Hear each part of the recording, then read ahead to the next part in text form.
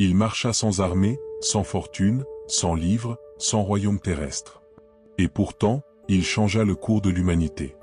Jésus de Nazareth, charpentier devenu maître spirituel, figure de lumière et de scandale, prophète, messie ou imposteur selon les époques, est aujourd'hui encore une énigme palpitante.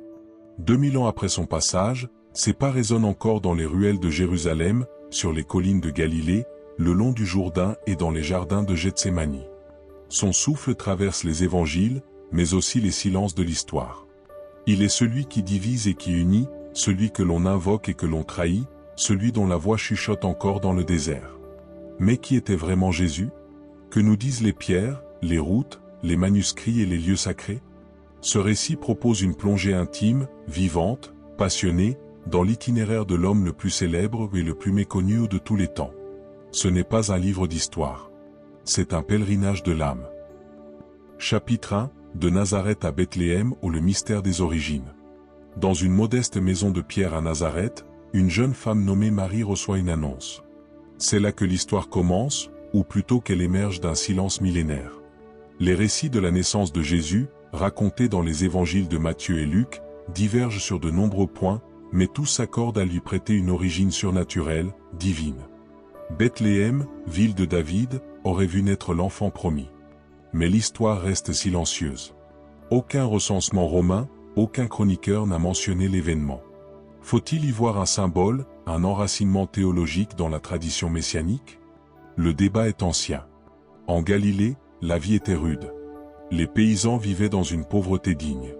Le bois, la pierre, les oliviers, les fêtes juives et les chantiers de Séphoris formaient le décor quotidien. Jésus grandit dans ce monde de labeur, de prière et d'attente. Le temple de Jérusalem, distant mais omniprésent, focalisait toutes les espérances. Et déjà, dans les regards du jeune garçon, quelque chose brillait en un feu, un appel. Chapitre 2, la voix dans le désert aux Jean, le Baptiste, et l'éveil de la mission.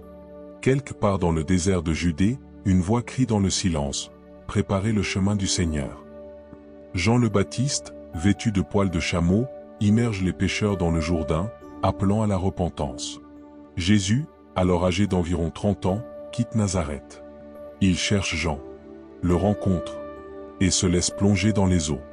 À cet instant, selon les récits, les cieux s'ouvrent. Une colombe descend.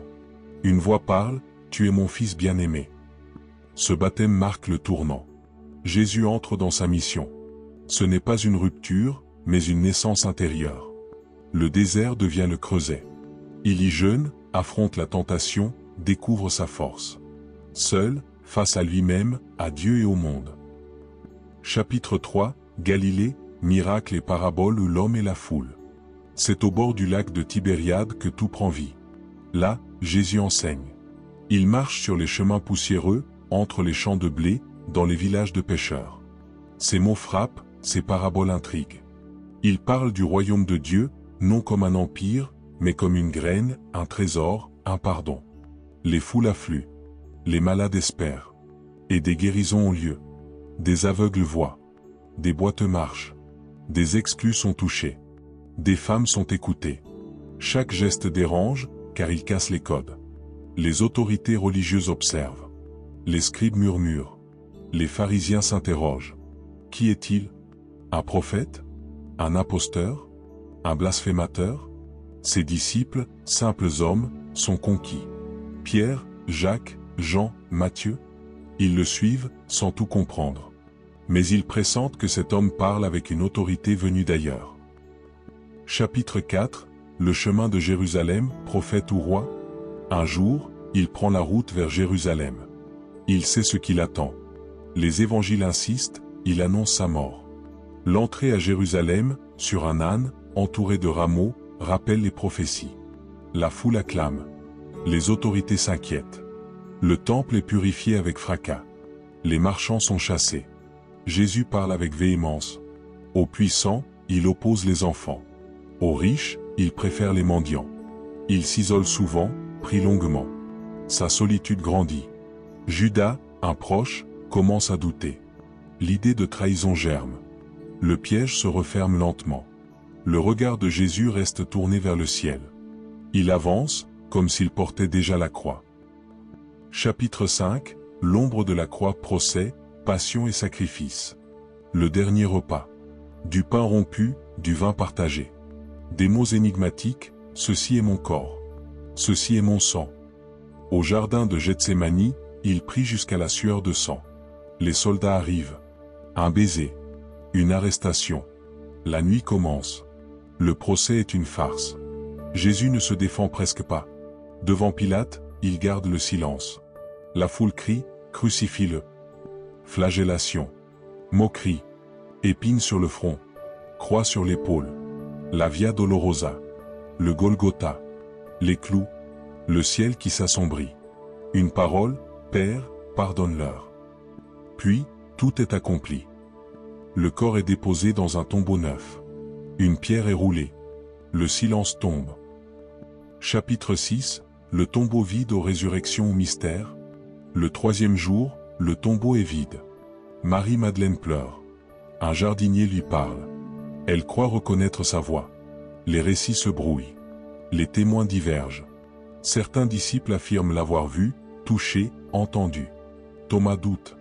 Jésus le défie, mets ton doigt dans mes plaies. Il mange avec eux. Il parle encore. Puis, il disparaît. Les historiens s'interrogent. Hallucination collective? Corps volé?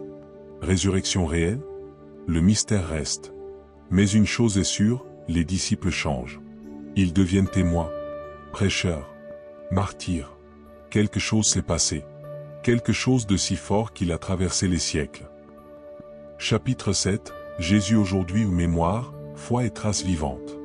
Aujourd'hui encore, des millions de pèlerins marchent sur ses pas.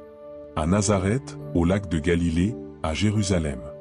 Dans chaque lieu, une présence. Mais plus encore, dans les cœurs. Jésus n'est pas seulement une figure du passé.